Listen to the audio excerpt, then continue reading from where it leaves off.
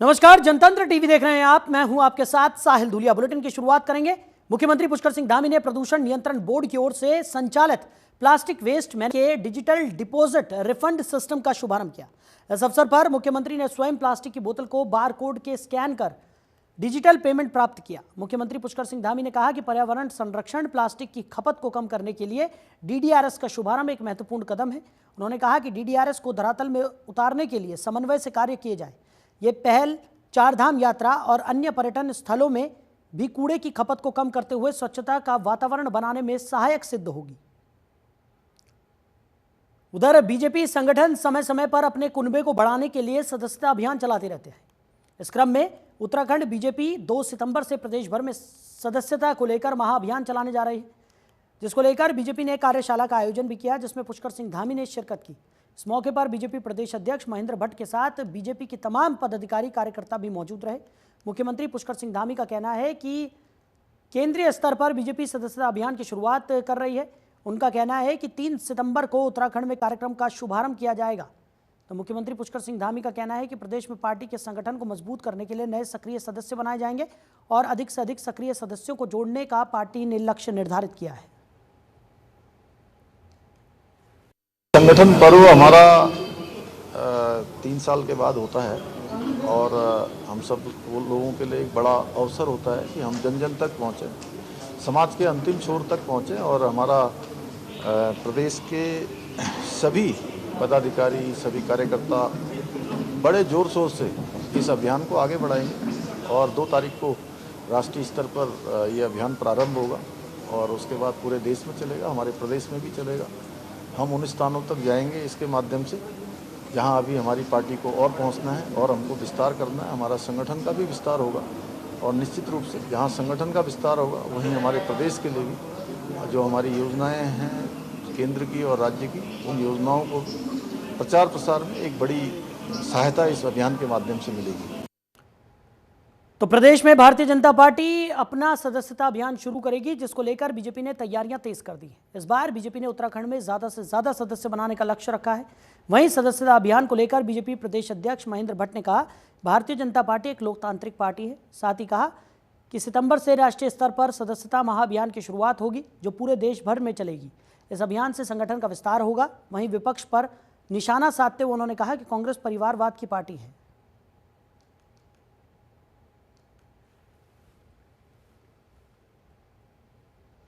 देखिए, हमारी सदस्यता की प्रक्रिया के प्रथम चरण के काम हमने पूर्ण कर दिए हैं। प्रदेश की कार्यशाला, जिलों की कार्यशाला, हमारी मंडलों की कार्यशाला संपन्न हो चुकी है। कल हमारी सभी संयुक्त मोर्चा बैठक है, उसमें भी सदस्यता के मोर्चों को दृष्टिकोण से समाज के हर वर्ग को, युवा, महिला, किसान, कैसे अधिक से जुड़े, सब प्रकार की चर्चा हम कल उनके बीच में करने वाले हैं।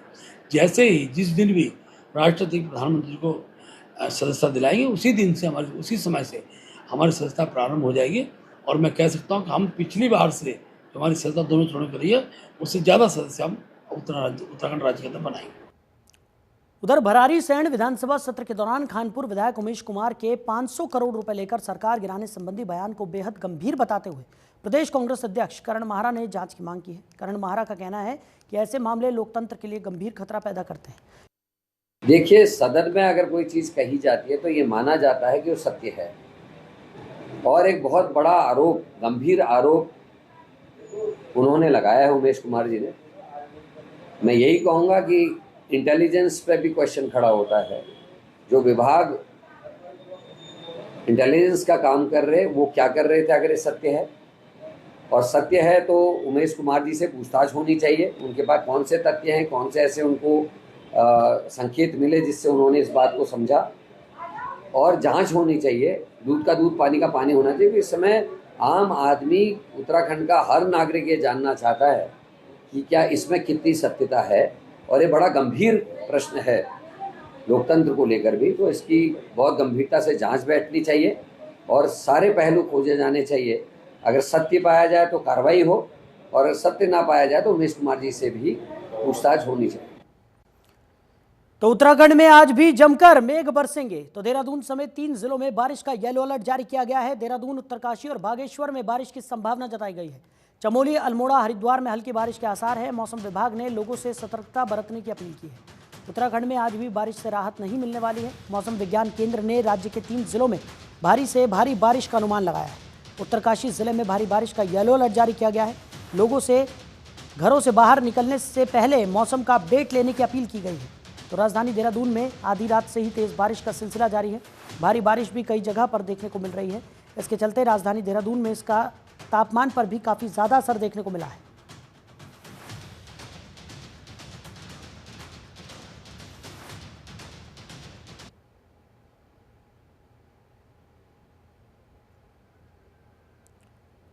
तो उत्तराखंड में आज भी जमकर मेघ बरसने वाले हैं। मौसम विभाग की तरफ से ये चेतावनी जारी की गई है।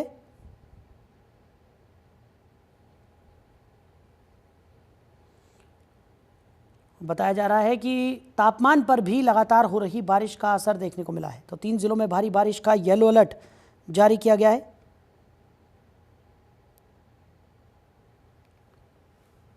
तो आज भी जमकर बरसते हुए मेघ उत्तराखंड में नजर आएंगे। तो 3 जिलों में भारी बारिश को लेकर येलो अलर्ट मौसम विभाग की तरफ से जारी किया गया है। लोगों से अपील की गई है कि घरों से निकलने से पहले मौसम का अपडेट ज़रूर लें। कई जगहों पर भारी बारिश की वजह से स्थितियां काफ़ी गंभीर भी नज़र आ रही हैं। लगातार हो रही बारिश ने कई जगहों पर भूस्खलन की स्थिति भी पैदा कर दी है। तस्वीरें हम आपको दिखा रहे हैं। कई जगहों पर जलभराव की स्थिति है, घरों में पानी घुस गया है। तो कई जगहों पर लगातार हो रही बारिश ने भूस्खलन की स्थिति पैदा कर दी है। पहाड़ों पर हो रहे भूस्खलन से लोगों को भी खासा परेशानियों का सामना करना पड़ रहा है। प्रशासन की भी जिम्मेदारियां लगातार बढ़ती हुई नजर आ रही हैं और प्रशासन भी लगातार कोशिशों में जुटा हुआ है कि भूस्खलन से प्रभावित मार्गों को जल्द से जल्द सुचारू किया जा सके। लेकिन लगातार हो रही बारिश काम में अड़चन डालती हुई नजर आ रही है।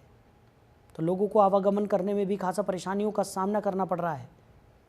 आप तस्वीरों में देख सकते हैं किस तरीके से हो रही लगातार बारिश ने जल जमाव की स्थिति कई जगहों पर पैदा कर दी है। कई जगहों पर भूस्खलन की स्थिति है, मार्ग अवरुद्ध हो गए हैं और प्रशासन लगातार कोशिशों में जुटा हुआ है कि इन मार्गों को जल्द से जल्द सुचारू किया जा सके। हमारे सहयोगी संजय पुंडीर फोन लाइन पर हमारे साथ जुड़ गए हैं। संजय, क्या कुछ निकलकर सामने आ रहा है? उत्तराखंड में मौसम की मार लगातार जारी है। लगातार हो रही बारिश ने लोगों के लिए मुश्किलें भी खड़ी कर दी है। कई जगहों पर स्थितियां जो है वो काफी गंभीर नजर आ रही हैं।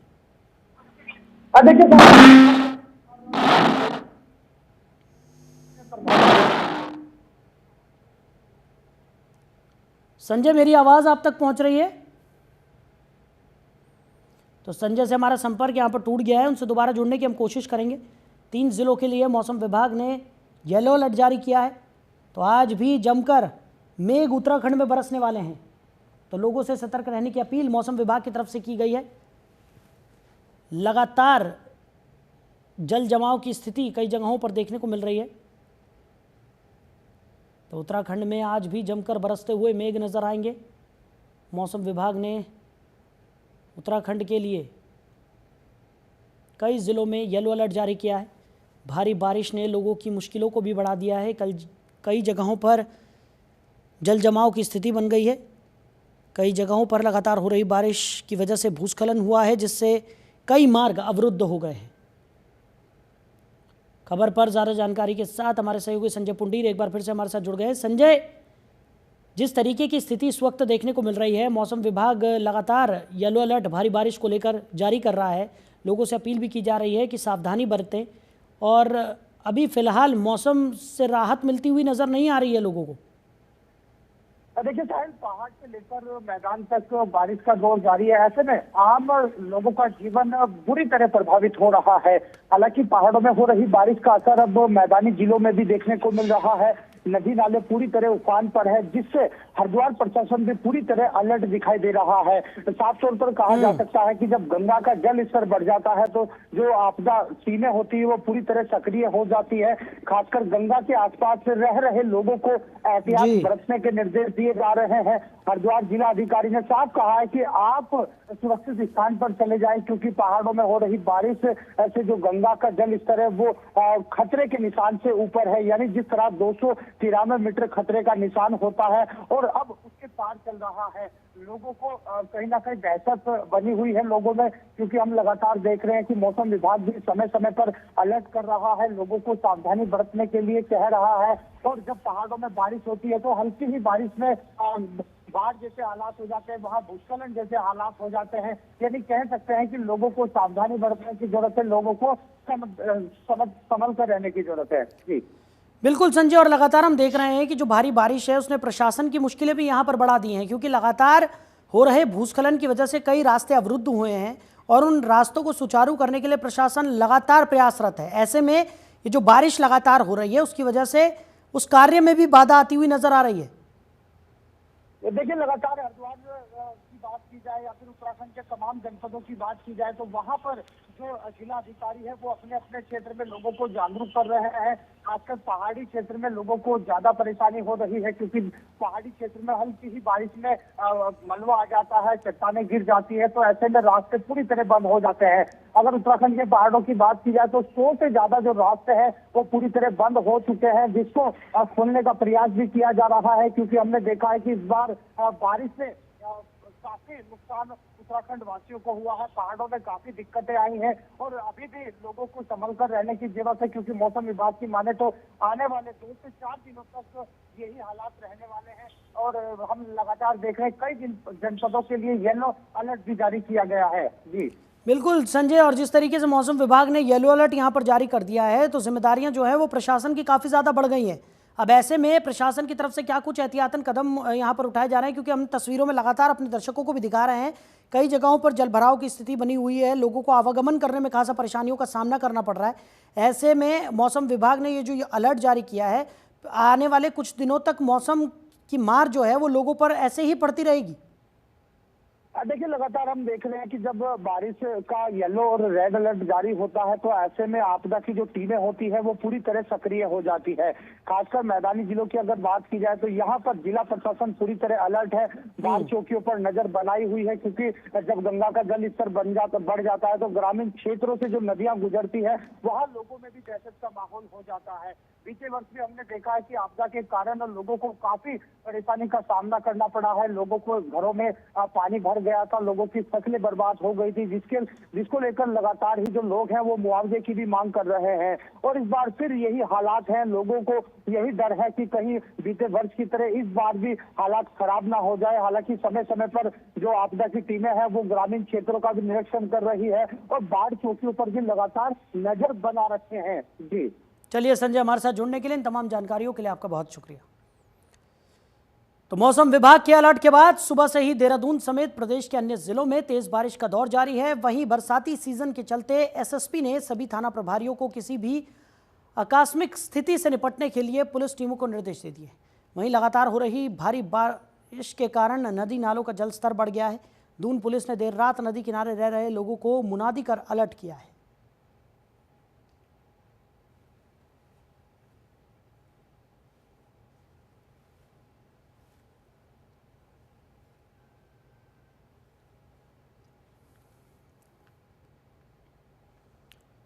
उधर उत्तराखंड लोक सेवा आयोग ने पीसीएस 2021 मुख्य परीक्षा का रिजल्ट घोषित कर दिया है। रिजल्ट के अनुसार 289 अभ्यर्थियों का चयन हुआ है। इनमें 10 डिप्टी कलेक्टर और 10 सीओ समेत अन्य पदों पर अभ्यर्थियों का चयन हुआ है। इसके साथ ही आयोग ने पीसीएस प्री परीक्षा 2024 का परिणाम भी घोषित किया है।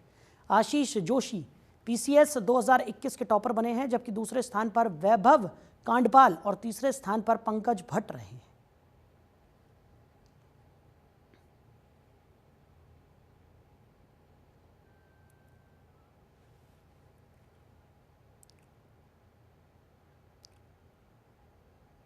उधर हरिद्वार के बहादुराबाद, रोहालकी और अलीपुर गांव में गुलदार का आतंक जारी है। पिछले कुछ समय से गुलदार ने कई राहगीरों पर हमला किया और गांव में घुसकर कुत्ते, बकरी और अन्य जानवरों को अपना शिकार बनाया। देर रात अहमदपुर मार्ग पर अधूरे मकान की छत पर 2 गुलदार बैठे देखे गए, जिसकी वीडियो राहगीरों ने बनाकर सोशल मीडिया पर वायरल कर दी। वहीं ग्रामीणों ने एसडीएम को सुरक्षा के लिए ज्ञापन सौंपा। वन विभाग ने गुलदार पकड़ने के लिए पिंजरा लगाने की योजना बनाई है।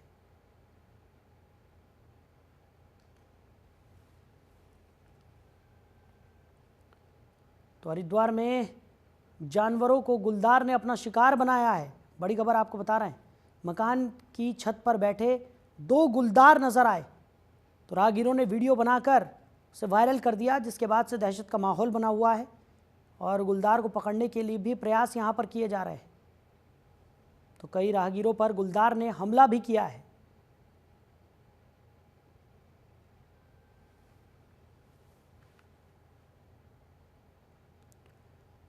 तो अगली खबर पौड़ी से है, जहां रखनीखाल ब्लॉक के गुलदार प्रभावित क्षेत्र में वन विभाग की गश्त जारी है। हालांकि 26 अगस्त को इस गुलदार प्रभावित क्षेत्र में गुलदार के ट्रैप हो जाने के बाद उसे पोखड़ा रेंज भेज दिया गया, लेकिन अभी भी वन विभाग की गश्त जारी है। बताया जा रहा है कि जब तक प्रभावित क्षेत्र में सामान्य स्थिति नहीं हो जाती या गुलदारों का देखा जाना बंद नहीं होता है, तब तक वन विभाग के वनकर्मी अपनी गश्त लगातार इस क्षेत्र में बनाए रखेंगे। तो प्रभागीय वन अधिकारी स्वप्निल अनिरुद्ध ने कहा कि ग्रामीणों को भी गुलदार की उपस्थिति को लेकर सजग रहना चाहिए। अकेले जंगल की सीमा में प्रवेश करने और देर रात घर से बाहर निकलने से परहेज करना चाहिए। वहीं मामले को लेकर क्षेत्रवासियों ने देवियों खाल तिराहे पर धरना प्रदर्शन कर क्षेत्रवासियों को गुलदार के आतंक से निजात दिलाने की मांग उठाई। इस दौरान ग्रामीणों ने नायब तहसीलदार के माध्यम से मुख्यमंत्री को ज्ञापन भेजा और पहाड़ी क्षेत्रों को लेकर अधिनियम में बदलाव करते हुए ग्रामीणों की सुरक्षा सुनिश्चित करने की मांग भी की। 19 अगस्त को ग्राम कोटा में एक 6 वर्षीय नाबालिग जो कि ग्राम मुनेरी से अपने ननिहाल कोटा आ रखा था, शाम को 7:15 बजे उसको गुलदार ने बनाने वाला बना दिया और हमने 20 तारीख को प्रशासन को ज्ञापन दिया कि इस मामले में त्वरित कार्रवाई होनी चाहिए और नरभक्षी गुलदार को मारने के आदेश जारी होने चाहिए। तो शासन प्रशासन इस पर कोई भी निर्णय नहीं ले सका और 24 तारीख को हमने फिर एक ज्ञापन दिया कि अगर 3 दिन के अंदर इस मामले में अगर आपके द्वारा हमारी मांगों को नहीं माना गया तो हम 27 तारीख को चक्का जाम और जितने भी स्थानीय हमारे बाजार है सारे बंद करेंगे।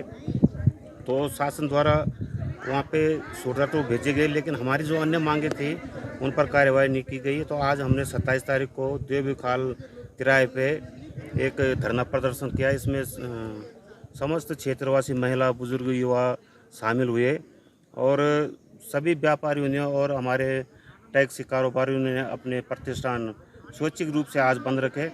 19 अगस्त को क्वाटा मल्ला रखनीखाल ब्लॉक में आदित्य राउत पे जो है गुलदार द्वारा हमला किया गया था, जिनमें उनकी मृत्यु हो गई थी। उसके उपरांत जो है फॉरेस्ट डिपार्टमेंट द्वारा उस क्षेत्र में 4 पिंजरे लगा दिए गए थे और टोटल 15 कैमरा ट्रैप्स और 18 वनकर्मियों की टीम जो है क्षेत्र में तैनात की गई थी। दिनांक 26 को सुबह 6 बजे फॉरेस्ट की टीम के संज्ञान में आया कि एक लेपर्ड जो है एक केज में ट्रैप हुआ है, जिसके पश्चात उस लेपर्ड को पोखड़ा ब्लॉक ले गया, पोखड़ा रेंज ऑफिस ले जाया गया और यह उसके बाद तुरंत ही सूचना आई थी कि उसी क्षेत्र में जो है और गुलदार की प्रेजेंस है। तो उसके पश्चात जो है जब तक फाइनल रिपोर्ट नहीं आती WI की तब तक जो है फॉरेस्ट की कंटिन्यूस गश्त उस क्षेत्र में रहेगी और हमारा प्रयास जारी रहेगा। 6 साल के बालक जो आदित्य नाम का जो बालक था, जो कि अपनी नानी के घर रक्षाबंधन में कोटा गांव में आया हुआ था, जो उनेरी का निवासी था, अपनी माताजी के साथ रक्षाबंधन में कोटा गांव में आया हुआ था और जहां उसकी माताजी के सामने ही गुलदार आदित्य को उठा कर ले गया और जिसका डेड बॉडी जो है वो रात के 1:30 बजे जाके प्राप्त हुई। वो सिर्फ हड्डियां मिली। इस बात को लेकर लोगों में काफ़ी आक्रोश था। उस गुलदार को नरभक्षी घोषित किया जाए और शूट आउट के आदेश दिए जाएं। दूसरा ये था कि जो मुआवजे की धनराशि है उसको बढ़ाया जाए, जो कि 6 लाख रुपए है और बहुत कम है, तो उसको बढ़ाने की मांग भी की गई थी। और एक मांग यह थी कि उस परिवार के, आदित्य के परिवार से किसी एक व्यक्ति को वहाँ पे वन विभाग में नौकरी दी जाए। उधर अल्मोड़ा में आंगनबाड़ी कार्यकर्ताओं ने 8 सूत्रीय मांगों को लेकर जिला मुख्यालय में धरना प्रदर्शन किया। न्यूनतम वेतन 18,000 करने, रिटायर होने पर 10 लाख देने सहित अपनी तमाम मांगों को लेकर आंगनबाड़ी कार्यकर्तियों ने धरना दिया। आंगनबाड़ी कार्यकर्तियों ने कहा कि कई सालों से न्यूनतम वेतन और सुविधाओं के लिए संघर्ष कर रहे हैं, लेकिन सरकार ने अब तक मांगें पूरी नहीं की हैं। आर्थिक कठिनाइयों और काम के बढ़ते दबाव के बावजूद आंगनबाड़ी कार्यकर्तियों को उचित मानदेय और सुविधाएं नहीं दी जा रही हैं। आंगनबाड़ी कार्यकर्तियों ने कहा कि मांगें पूरी नहीं हुई तो उग्र आंदोलन किया जाएगा।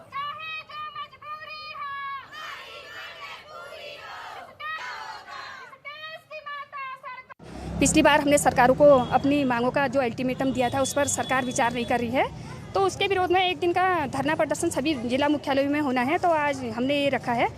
अभी शांतिपूर्वक ही हम इस धरने को कर रहे हैं। अगर सरकार ने हमारी मांगें नहीं सुनी, उस पर विचार नहीं किया, तो उग्र आंदोलन की सरकार को चेतावनी दी जाती है। हमारी मांगें कुछ इस तरह है कि एक दिन का जो है मिनिमम हमको 600 रुपया मजदूरी दी जाए और रिटायरमेंट के समय हमें 10 लाख रुपए दिए जाए और हमारी जो है वो आयु जो 60 वर्ष है उसको 62 वर्ष किया जाए।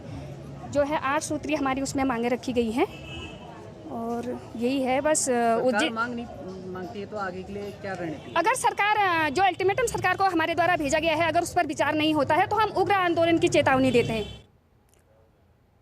तो BHEL हरिद्वार में हुई 1 करोड़ की चोरी का पुलिस ने खुलासा कर दिया है। हरिद्वार SSP प्रमेंद्र डोभाल ने चोरी का खुलासा किया। उन्होंने बताया कि इस मामले में चोरी का सामान बरामद कर लिया गया है।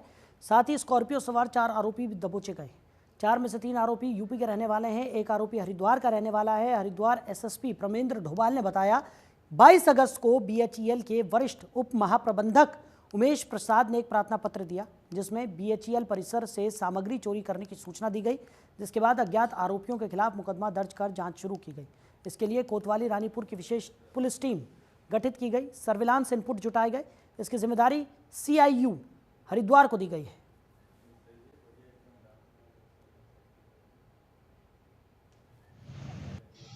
बाईस अगस्त को BHEL प्रशासन द्वारा हमारे रानीपुर थाने में अवगत कराया गया था कि इनके जो यार्ड इनका यार्ड है जहाँ पर जो भी बाहर से इनके कंसाइनमेंट आते हैं वो वहाँ रखे जाते हैं। उसमें से करीब 17 कुंटल, करीब 1700 किलो से ऊपर न्यूमेरिक प्लेट, जो एक निकल का ही एक अपभ्रंश है, गिब्स का ही एक धातु है, तो उसकी चोरी वहाँ से की गई है, जिसका उपयोग टरबाइन बनाने के काम पे आता है। पुलिस के द्वारा, क्योंकि मामला काफ़ी बड़ा था और करीब 17 कुंटल से ऊपर की ये चोरी थी और ये भी बात प्रकाश में आई कि क्योंकि इतनी बड़ी चोरी में 17 कुंटल धातु को वहाँ से ले जाना इतना आसान नहीं था। इस पर SP सिटी के नेतृत्व में हमारे जो SO रानीपुर हैं उनके द्वारा और इनकी टीम के द्वारा इसका लगातार प्रयास किए जा रहे थे। उधर हरिद्वार के ऋषिकुल मैदान में आयोजित मेले के दौरान कहासुनी के बाद 2 गुटों में जमकर मारपीट हो गई। वहीं झगड़े से माहौल बिगड़ता देख पुलिस मौके पर पहुंची। स्थिति को नियंत्रण किया गया। विवाद की पूरी घटना CCTV कैमरे में कैद हो गई, जिसका वीडियो अब सोशल मीडिया पर वायरल भी हो रहा है। पुलिस का कहना है कि मारपीट करने वाले युवकों की पहचान कर उनके खिलाफ सख्त कार्रवाई की जाएगी।